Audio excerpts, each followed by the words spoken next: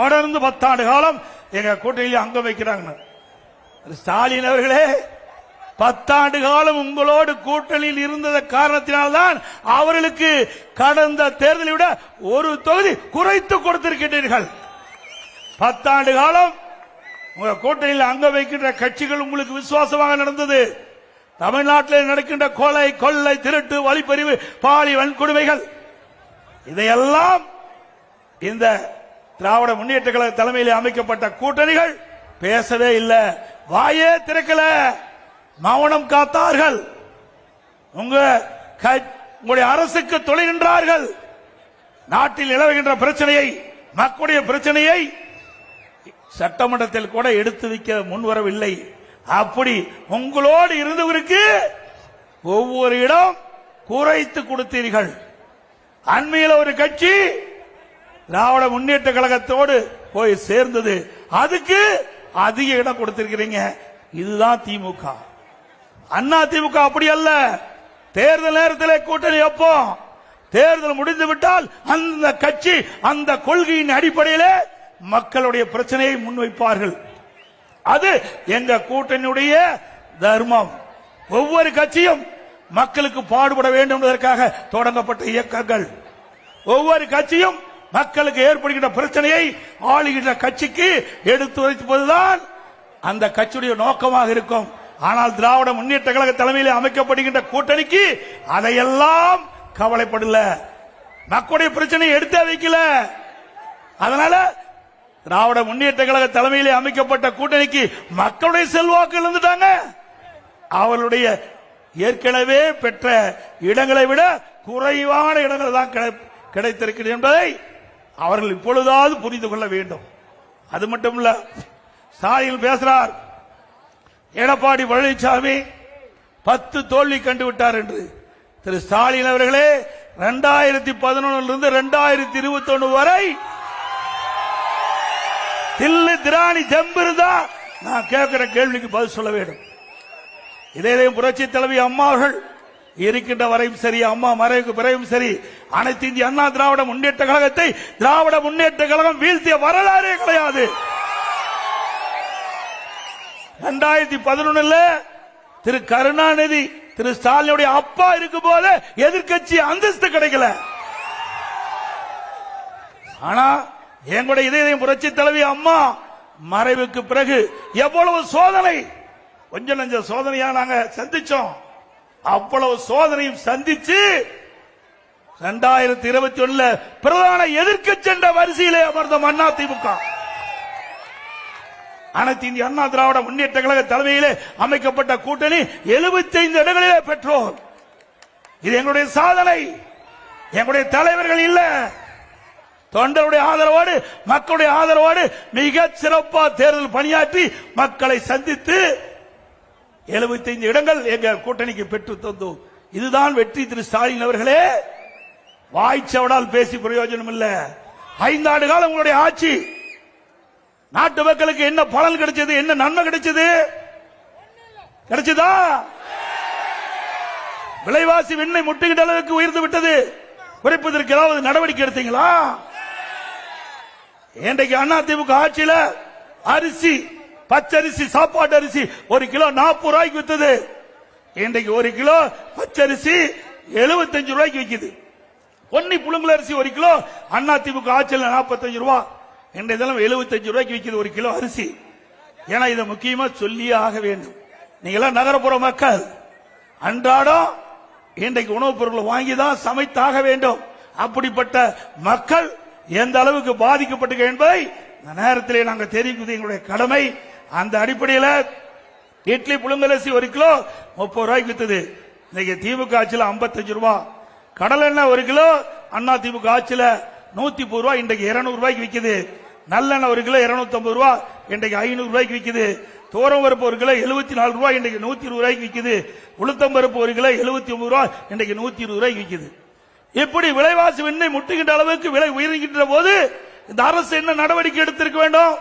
உடனடியாக விலை கட்டுப்பாட்டு மைய நிதியை ஒதுக்கி எந்த மாநிலத்தில் இந்த உணவுப் பொருட்கள் விலை குறைவாக இருக்கின்றதோ அங்கே கொள்முதல் செய்து வந்து இங்கே கூட்டு அமைப்பின் மூலமாக இந்த விலை சரி செய்திருந்தால் ஒரு நல்ல அரசாங்கம். ஆனா அனைத்து இந்திய அண்ணா திராவிட முன்னேற்ற கழகம் இப்படி அத்தியாவசிய உணவுப் பொருள் விலை ஏறுகின்ற பொழுது அந்த உணவுப் பொருள் விலையை கட்டுப்படுத்துவதற்காக விலை கட்டுப்பாட்டு நிதியம் என்று ஒரு 100 கோடி ரூபாய் நான் ஒதுக்கி தந்தேன். எந்த பொருள் விலை ஏறுகிறதோ உணவுப் பொருள், அந்த உணவுப் பொருள் எந்த மாநிலத்தில் விலை குறைவாக கிடைக்கிறதோ அந்த மாநிலத்தில் கொள்முதல் செஞ்சு தமிழ்நாட்டுக்கு கொண்டு வந்து கூட்டுறவு மூலமாக விற்பனை செஞ்சு அந்த விலை உயராமல் தடுத்த அரசாங்கம் அதிமுக அரசாங்கம். அது மட்டும் இல்ல, நன்றா தெரியும், மாண்பு இதயம் புரட்சி தலைவி அம்மா அவர்கள் மறைந்த பிறகு இவ்வளவு பிரச்சனை சந்திச்சோம். கட்சியில பிரச்சனை வேண்டுமென்றே திட்டமிட்டு திராவிட முன்னேற்ற கழகத்துடைய பி டீமாக இருந்து எங்க கட்சிக்குள்ளேயே எங்களுக்கு குழி தோண்டி பறித்துக் கொண்டிருந்த சில விசமிகள் அடையாளம் காட்டப்பட்டு விட்டார்கள். இன்றைய தினம் யார் என்று உங்களுக்கு நன்றாக தெரியும். இன்றைக்கு மக்கள் ஆதரவோடு, கழக நிர்வாகிகள் தொண்டர் ஆதரவோடு அதையும் முறியடித்து 4 ஆண்டு 2 மாத காலம் சிறப்பான ஆட்சி கொடுத்தோம். முதல் கட்டம் கடுமையான வறட்சி, 2017 கடுமையான வறட்சி, குடிப்பதற்கு கூட தண்ணீர் கிடையாது நகர மக்களுக்கு. அந்த காலகட்டத்தில் கூட தடையில்லாம மக்களுக்கு பாதுகாக்கப்பட்ட தண்ணீரை கொடுத்த அரசாங்கம் அதிமுக அரசாங்கம். அடுத்தது டெல்டா மாவட்டத்தில் ஒரு 5-6 மாவட்டங்கள் கடுமையான புயலால், கஜா புயலால் அந்த மாவட்டம் முழுவதும் மிகப்பெரிய சேதத்துக்கு ஆளாக்கப்பட்டது. அங்க இருக்கின்ற பயிர்கள் கனமழையால் சேதமடைந்தது, மக்களுடைய உடைமைகள் அந்த புயலால் சேதமடைந்தது. அதை சரி செய்தோம். அதற்கு பிறகு கொரோனா, உங்களுக்கு எப்படிப்பட்ட காலம் தெரியும். இந்த வீதியில யாருமே நடமாடல. ஓராண்டு 11 மாத காலம் மக்கள் வீட்டிலேயே இருந்தார்கள். அப்படி கொரோனா காலம், அந்த காலத்தில் கூட சிறப்பான ஆட்சி கொடுத்த ஒரே அரசாங்கம் அதிமுக அரசாங்கம். அரசாங்கத்துக்கு 1 ரூபாய் வருமானம் கிடையாது. தொழிற்சாலை திறக்கல, கடை திறக்கல, அதில் இருக்கின்ற வரி வருவாய் கிடையாது, ஜிஎஸ்டி வருவாய் கிடையாது, பெட்ரோல் பேங்க் திறக்கல, அதில் இருக்கின்ற வரி வருவாய் கிடையாது, டாஸ்மாக் மூடப்பட்டு விட்டது, அதில் இருக்கின்ற வருவாய் கிடையாது, ரோட் டாக்ஸ் கிடையாது, பத்திரப்பதிவு கிடையாது, எக்ஸைஸ் டியூட்டி வருவாய் கிடையாது. இவ்வளவு வருவாய் இல்லாம இருந்து கூட சிறப்பான ஆட்சி கொடுத்த ஒரே அரசாங்கம் அதிமுக அரசாங்கம்.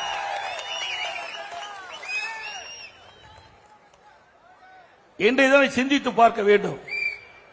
அப்ப விலைவாசி உயரல, மக்கள் பாதிக்கப்படாம பார்த்துக்கிட்டோம்.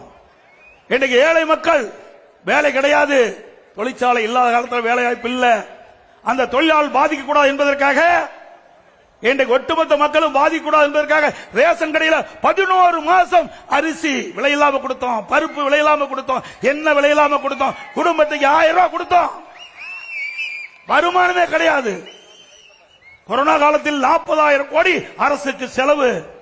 இவ்வளவும் திறமையா இருந்து செயல்பட்டு ஒரு நல்ல அரசாங்கம் என்ற பெயரை மக்களிடத்தில் பெற்ற ஒரு கட்சி அரசாங்கம் அதிமுக அரசாங்கம். உடைய அரசாங்கம் அப்படியா இருக்குது. புயல் வந்ததா, வெள்ளம் வந்ததா, கொரோனா வந்ததா, ஒண்ணுமே வரல. ஆனா கடன் மட்டும் அதிகரிச்சிட்டு இருக்குது. 5 லட்சம் கோடி கடன் வாங்கிட்டாங்க. 5 லட்சம் கோடி, 1 கோடி 2 கோடி 5 லட்சம் கோடி இன்றைக்கு தமிழகத்தில் கடன் வாங்கி இருக்கிறாங்க. எப்பொழுது பார்த்தாலும் முதலமைச்சர் ஸ்டாலின் பேசுறார், சூப்பர் முதலமைச்சரா, இந்தியாவிலேயே சூப்பர் முதலமைச்சரா, முதன்மையான முதலமைச்சரா. எதில்? கடன் வாங்குவதிலே முதன்மையான முதலமைச்சர். உண்மைதானே? இந்தியாவிலேயே கடன் வாங்குவதிலே முதல் மாநிலம் தமிழ்நாடு. ஒரு பக்கம் கடன் வாங்குறீங்க, பெரிய திட்டம் ஏதாவது சென்னை மாநகர மக்களுக்கு வந்ததா, அல்லது நாட்டு மக்களுக்கு ஏதாவது வந்திருக்குதா? அதுவும் இல்ல.